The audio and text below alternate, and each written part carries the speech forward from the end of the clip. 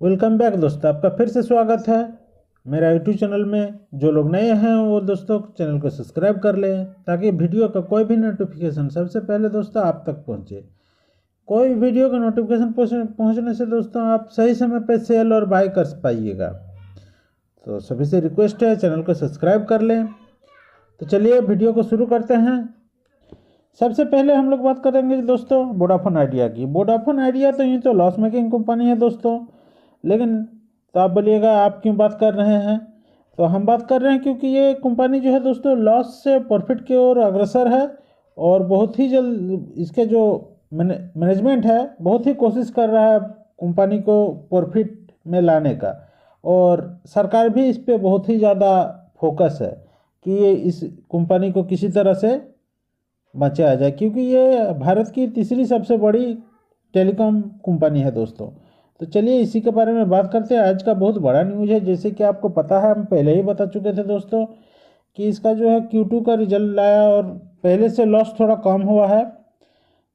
तो इसी के ऊपर आज का हम मेरा वीडियो है खासकर, और आज जो है सरकार का भी एक ऐलान आया, उसी के ऊपर हम लोग बात करेंगे दोस्तों। चलिए तो न्यूज़ क्या है देखते हैं हम लोग। देखिए दोस्तों ये है CNBC का न्यूज़ है, लगभग 3:55 पे ये न्यूज़ आया है। यहाँ पर देख सकते हैं दोस्तों, आज ही का डेट है दोस्तों। तो इसी का बारे में हम लोग बात करेंगे। तो चलिए, जैसे कि हम लोग को सबको पता है ये एक लॉस मेकिंग कंपनी है, लेकिन बहुत ही ज़्यादा ये स्ट्रगल कर रहा है अपने आप को प्रॉफिट में लाने के लिए। इसका मैनेजमेंट जो है, क्योंकि ये देश का तीसरा सबसे बड़ी टेलीकॉम सेक्टर की कंपनी है दोस्तों। तो चलिए इसी के ऊपर बात करते हैं।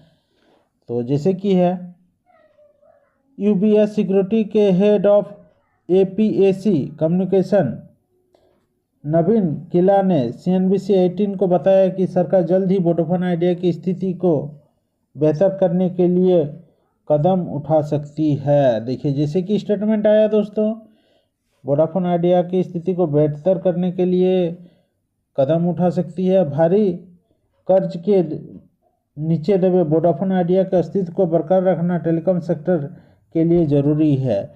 जैसे कि तीसरी सबसे बड़ी टेलीकॉम सेक्टर की कंपनी है दोस्तों, तो इस लिहाज से बहुत ही ज़रूरी होगा ये। देखते हैं इसके बाद क्या है। जैसे कि हम लोग को पता है दोस्तों BSNL जो है, BSNL भी एक टेलीकॉम सेक्टर की कंपनी है। जैसे कि यहाँ न्यूज़ में भी आप देख सकते हैं, क्योंकि इसे सीधा संकेत मिलता है कि सरकारी कंपनी BSNL के साथ कम से कम 3 प्राइवेट कंपनी को भी रखना चाहती है इंडिया में। जैसे कि आपको पता है, एक हो गया एयरटेल, एक है जियो, एक हो जाएगा आपका वोडाफोन आइडिया। तो देखते हैं दोस्तों और नीचे क्या है। बहुत ही महत्वपूर्ण मील का पत्थर अगले साल के आसपास होगा, या शायद इससे थोड़ा पहले ही, क्योंकि बहुत मॉनेटेरियम पीरियड जून से सितंबर 2025 के बीच समाप्त होगी। मुझे लग रहा है कि हम शायद सरकार से वोडाफोन आइडिया का समर्थन करने के लिए और कदम उठाने की उम्मीद करेंगे। वोडाफोन आइडिया और भारतीय एयरटेल को झटका देते हुए सुप्रीम कोर्ट ने इनकी क्यूरेटिव याचिका को खारिज कर दिया है, जिसमें 1 लाख करोड़ रुपये से अधिक के AGR बकाया को। तो जैसे ही कुछ दिन से हम लोग देख रहे हैं दोस्तों कि सरकार बहुत ही अच्छा कदम उठा रही है वोडाफोन आइडिया को बचाने के लिए। तो हमको लगता है देखते हैं क्या होता है, क्योंकि ये बहुत ही मशक्क़त कर रहा है प्रॉफिट में ले जाने के लिए कंपनी के। तो चलिए अब बात करते हैं फटाफट से दूसरा स्टॉक का।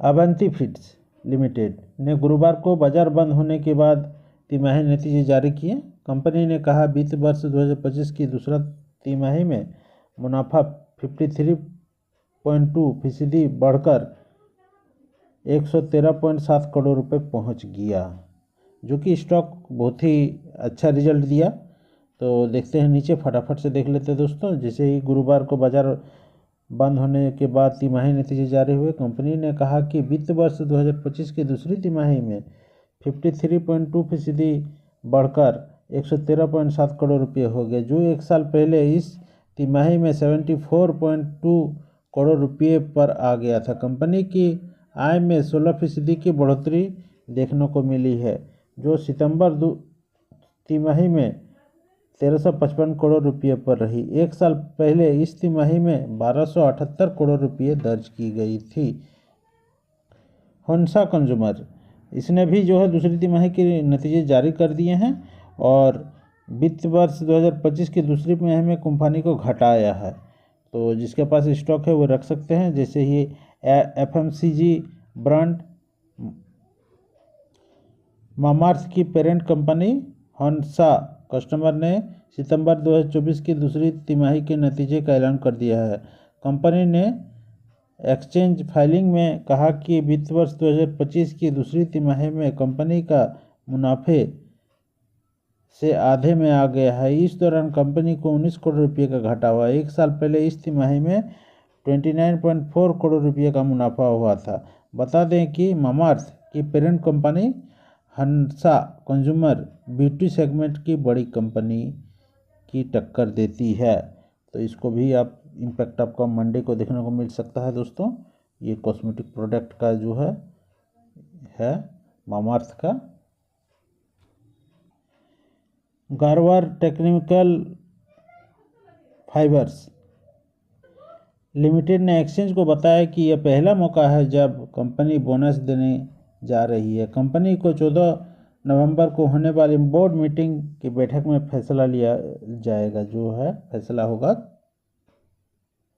और कंपनी ने 1 पर 4 बोनस देने का ऐलान किया है दोस्तों। एक शेयर जिसके पास है उनको 4 बोनस दिया जाएगा। रिकॉर्ड डेट का ऐलान हो गया है। पहली बार देगा स्टॉक जो है बोनस दोस्तों। ये कंपनी जो है दोस्तों टेक्निकल टेक्सटाइल सेक्टर में काम करती है और ये काफ़ी पुराना कंपनी है। यहाँ पर देख सकते हैं, यहाँ पर जो है ये 1976 से शुरू हुआ था ये कंपनी का, ठीक है। तो इस पर आप इसका जो है इम्पैक्ट आपको देखने को मिल सकता है। अगर आप इसका बोनस शेयर लेना चाहते हैं तो इसका जो एक्स डेट है, रिकॉर्ड डेट है, उससे पहले आपको बाय करना होता है। तो इसी के साथ वीडियो को समाप्त करते हैं। जय हिंद।